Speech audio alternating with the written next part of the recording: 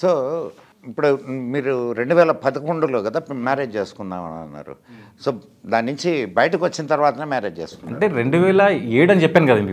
ఇప్పుడు మీకు 2007లో ఇంకో ట్విస్ట్ ఏంటంటే నేను ఆల్రెడీ తండ్రి కుమార పరిశుద్ధాత్మ నామంలో ఒకసారి బాప్తిసం తీసుకున్నాను. ఓకేనా? అది పెంతెకోస్తు సంఘంలో.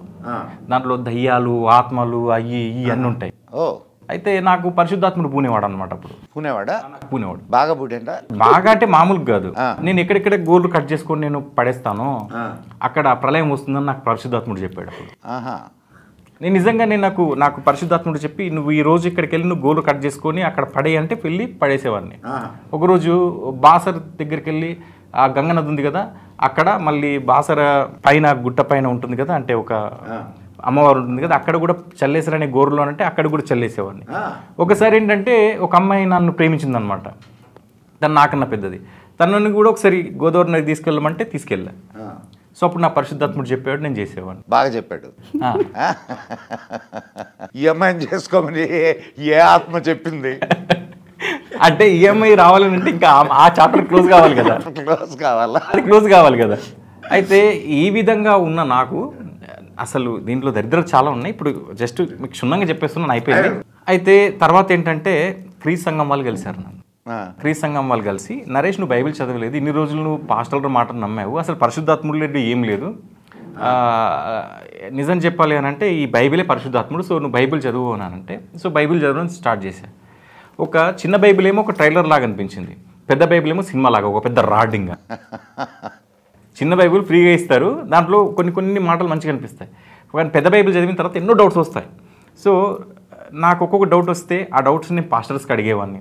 ఆ పాస్టర్స్ నాకు అంటే పెద్ద బైబిల్ అంటే పాత నిబంధన కొత్త నిబంధన రెండునా? పాత నిబంధన కొత్త నిబంధన రెండు కలిపి.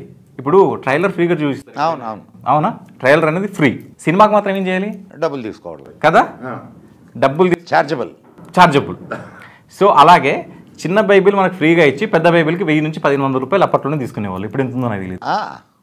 అట్లా నేను ఒక 5-6 బైబిల్స్ ఉన్నాను అప్పట్లోనే, పెద్ద బైబిల్స్. సో ఇక్కడ ఏంటంటే నాకు మళ్ళీ ఈ క్రీస్తు సంఘం వాళ్ళు ఏం చేశారు అంటే బైబిల్ చదువునంటే నేను కొన్ని క్వశ్చన్స్ అడిగితే ఏమనే వాళ్ళు అంటే నువ్వు తీసుకునేది తండ్రి కుమార పరిశుద్ధాత్మ నామంలో కాబట్టి నీకు అర్థం కావట్లేదు, ఇప్పుడు యేసు నామంలో నువ్వు తీసుకోవాలని కాకినాడ తీసుకెళ్ళారు నన్ను. కాకినాడలో ఒక బ్రిటిష్ దొర వచ్చాడు, అంటే ఒక తెల్లదొర వచ్చాడు. తెల్లదొర సమక్షంలో నన్ను తొట్టిలో యేసునామంలో ఒకసారి ముంచి పైకి తీసి ఫోటోలు తీసుకున్నారు నా దగ్గర. అంటే మళ్ళీ ఇంకోసారి అయిపోయింది. తెల్లదొరలు వచ్చినప్పుడల్లా నేను ముంచుతుంటారు. అక్కడ దేనికోసం వెళ్ళారు అనుకున్నారు? ఒక సైకిల్ ఇస్తాను చెప్పారు మాకు గిఫ్ట్గా. ఎంతమంది నాతో పాటు ఇంకొంతమంది పాస్టర్లు ఉన్నారనమాట. అప్పటికి నేను కొంచెం ఆ పాస్టర్తో ఈ పాస్టర్తో తిరుగుతున్నాను కాబట్టి నాతో పాటు కొందరు పాస్టర్ని కూడా తీసుకొని వాళ్ళు కూడా అందరు కలిసి మళ్ళీ క్రీస్తు సంఘం అని చెప్పి వాళ్ళు కూడా ఇంకోసారి మునక తీసుకున్నారు. నరేష్ ఒక్కసారి మునిగితే మనకు సైకిల్ వచ్చేది కదా. పోన్లేండి, బ్రిటిష్ వాడికి మేము మునక చూపించారు. మునక చూపించారు. ఆ విధంగా ఇంకా మెల్లిమెల్లిగా 2010 వరకు కూడా అట్లాగే బైబిల్ చదువుతూ ఇదంతా కరెక్ట్ కాదు, నాకు బైబిల్లో కరెక్ట్గా అనిపిస్తలేదు అని. అప్పుడు మీకు తోట ప్రభురాజు గారు ఐడియా ఉన్నది అనుకుంటా, అన్నగారు. అవునా? సో వాళ్ళ ఇంటి పక్కకు ఒక వేదవ్యాసన్ ఒక అబ్బాయి ఉంటాడు. అతను అప్పుడు ఒక పేజ్ ఓపెన్ చేశాడు అనమాట, ఈకో గణేష్ అని చెప్పి.